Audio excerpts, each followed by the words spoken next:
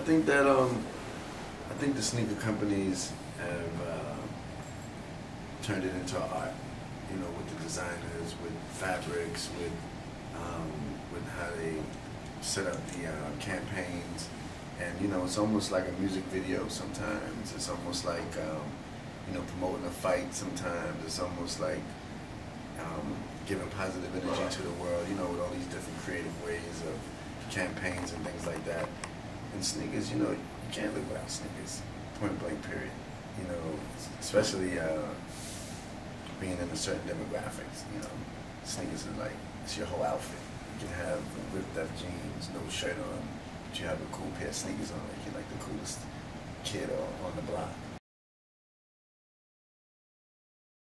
I think sneakers represent a culture, you know, whether it's music, whether it's fashion, whether it's art. I think certain people's sneakers identify their character as well. You can tell the person's character, like, oh, okay, well, you know, this guy or this female is not scared to do something daring.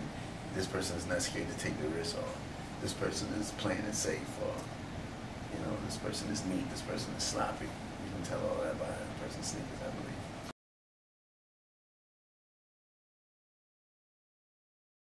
I feel that the personality that go into the designs and into the shapes, we want to give people their chance to have their own identity, aside from what they're used to seeing all year round for many years. And I think, you know, as part of Reebok's comeback is to give people a different option, you know, something new, something next level, something innovative to look forward to as far as design and new fashion.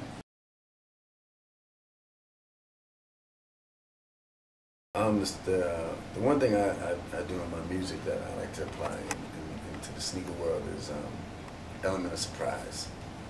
You know, I even shocked the company in the beginning with the element of surprise. I think the element of surprise, it's always a great thing when people can't predict what colors coming next, what styles coming next, what videos coming next, what, you know, what campaign is coming next. You know, but when they see it, they're like, wow, I never thought of this, or wow, this is cool, you know. Wow, I want to start being a little more involved in this brand than I would normally be. You know, 96% of my music catalog is no samples.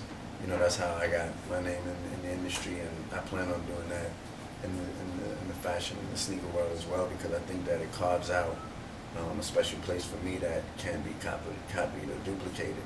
And I think that's very important for us to set that tone and not sample too much.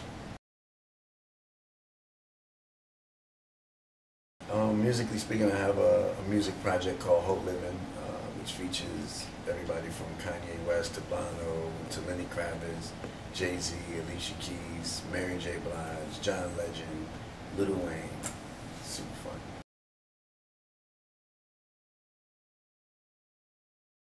You know, it's all about everybody's creative, and you know, it's like Kanye wanted to express his creativity in a fashion way, in a design way, you know, as well as myself and a lot of others. But getting past a certain level in fashion also takes a lot of work. And you know, I've been doing this for a little while now. Started with Kid Robot, started with the fashion with Kid Robot, and did a couple of ventures in between there, and then had a big hit with the collaboration with me and Christian Louboutin with the men's, and now, you know, Reebok is back and plan on taking that to the moon, literally.